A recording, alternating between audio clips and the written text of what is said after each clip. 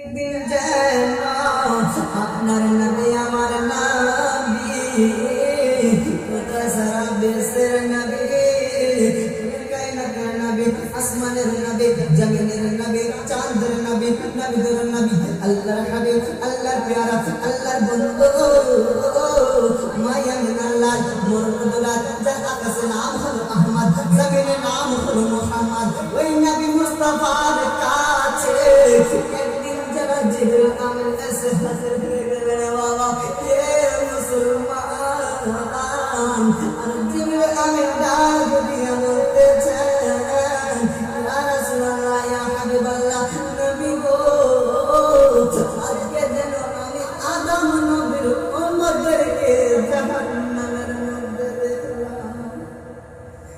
তখন কিন্তু জিবরিল আমিন আরো বলতে যান এক এক করে বলতে যান ইয়া রাসূলুল্লাহ ইয়া হাবিবাল্লাহ নবী গো আমি যেন ঈসা নবীর উম্মতদেরকে জাহান্নামের মধ্যে দেখলাম, ইয়াকুব নবীর উম্মতদেরকে জাহান্নামের মধ্যে দেখলাম, ইউসুফ নবীর উম্মতদেরকে জাহান্নামের মধ্যে দেখলাম, ইব্রাহিম নবীর উম্মতদেরকে জাহান্নামের মধ্যে দেখলাম।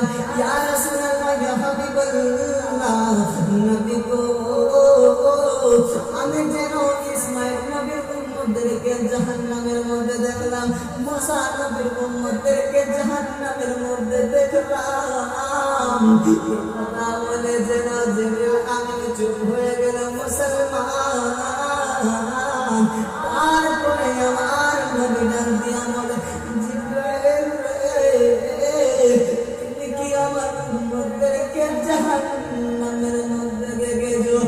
জিবরিল আমিন কিছু কথা বলে না। আবার যেন আমার নবী মুস্তাফা জিবরিল আমিনকে ডাক দিয়ে বলে ও জিবরিল বলো বলো তুমি কি আমার উম্মতকে জাহান্নামের মধ্যে দেখেছো?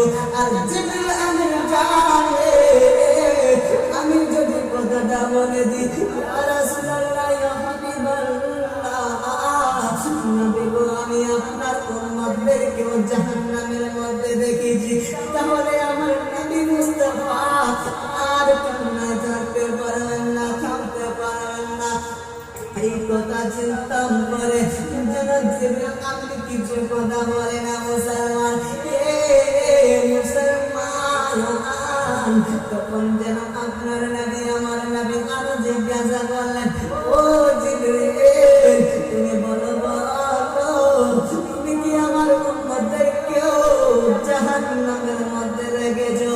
তখন জিবরিল আর থাকতে পারলেন না, কথাটা বলে দিলেন মুসলমান। আর জিবরিল আমিন যেন বলে দিলেন ইয়া রাসূলুল্লাহ ইয়া হাবিবাল্লাহ নবী গো আমি যেন আপনার উম্মতদেরকেও জাহান্নামের মধ্যে দেখেছি। যখন এই কথাটা বললেন তখন যেন জিবরিল আমিন চলে গেলেন মুসলমান। জিবরিল আমিন যেন চলে গেলেন আর এইদিকে আমার নবী মুস্তাফা কোন এক জায়গার মধ্যে যেন চলে গেছেন। কত সাহাবী যেন আমার নবী মুস্তাফাকে খুঁজতেছেন, আমার নবী মুস্তাফা কোন জায়গার মধ্যে পাওয়া যাচ্ছে না।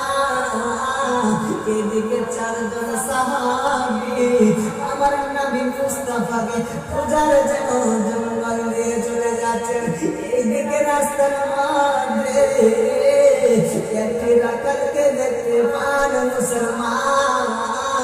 আর রাখালকে দেখে ওই চারজন সাহাবী বলতেছেন ও বাবা ও মুরব্বি বাবা তুমি কে দেখেছো এইরকম একটা সাদা সিধা মানুষ যার মুখের মধ্যে রয়েছে দাড়ি আর মাথার মধ্যে রয়েছে পাগড়ি আর সে পরেছে জুব্বা মোবারক?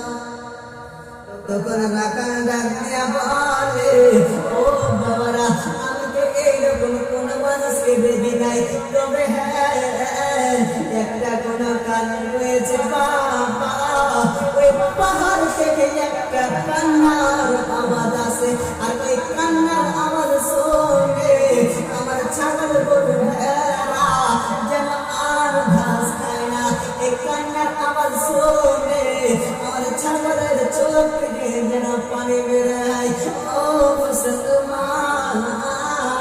এবার যেন ওই চারজন সাহাবে আমার নবী মুস্তাফার কাছে চলে গেলেন।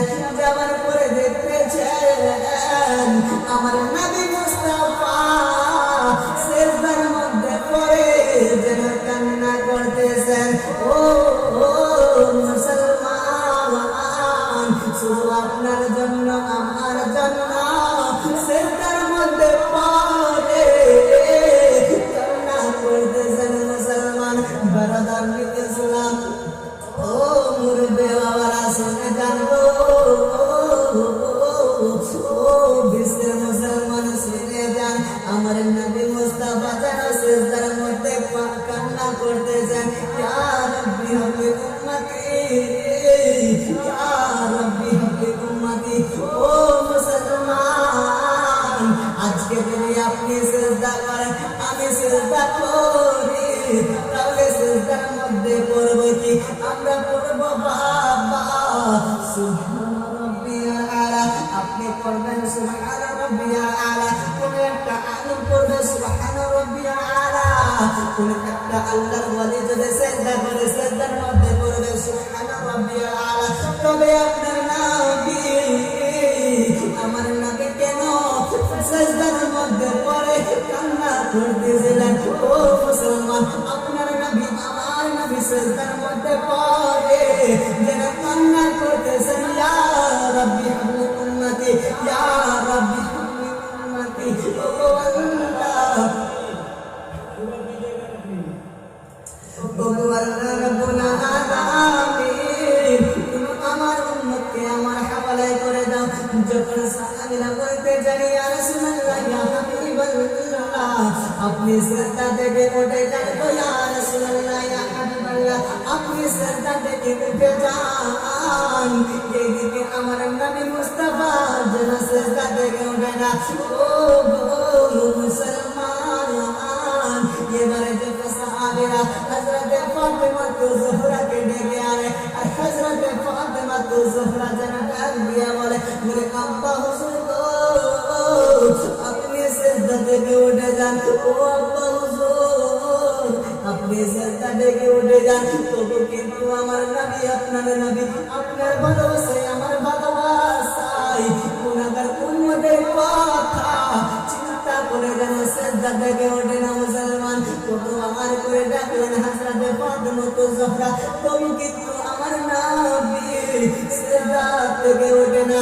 এবার হযরতে ফাতেমা জোহরা ডাক দিয়া বলে, বলে আব্বা গো, আপনি যদি সিজদা থেকে না ওঠেন, তবে আমি নবীর বেটি ফাতেমা নিজের কাপড় সরে নিজের মাথার চুল মুবারক দুনিয়ার মানুষদেরকে দেখিয়ে দেব।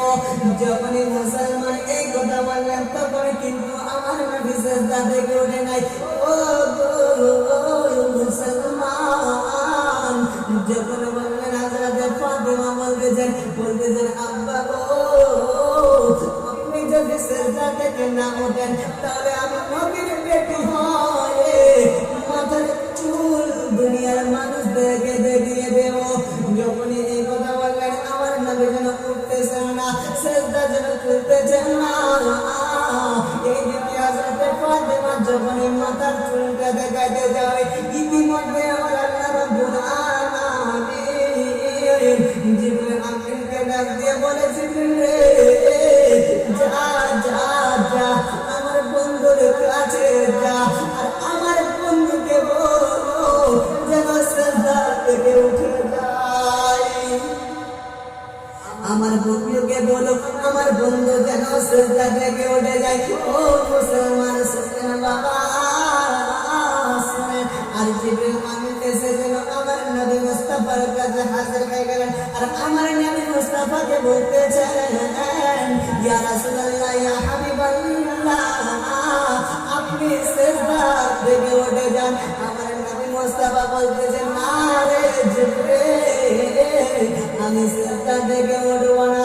এবার যেন আমার নবী মুস্তাফা বলতেছেন, জিবরিল, আমি সিজদা থেকে উঠব না যতক্ষণ পর্যন্ত আমার আল্লাহ রাব্বুল আলামিন আমার গুনাহগার উম্মতদের মাগফিরাত না করে দেবে। আর আমার আল্লাহ রাব্বুল আলামিন তুলতে বলো, যা চাইবে আমি তাই দেব। জিবরিল আমিন বলতেছে ইয়া রাসূলুল্লাহ ইয়া হাবিবাল্লাহ আপনি সিজদা থেকে উঠে যান। আমার নবী বলতেছেন জিবরিল যতক্ষণ পর্যন্ত আমার গুনাহগার উম্মতদের মাগফিরাত না করে দিবে ততক্ষণ পর্যন্ত আমি নবী মুস্তাফা সিজদা করব না। আর জিবরিল আমিন বলতেছেন ইয়া রাসূলুল্লাহ ইয়া হাবিবাল্লাহ আমার আল্লাহ আপনার সমস্ত গুনাহগার উম্মতদের মাগফিরাত করে দিয়েছে।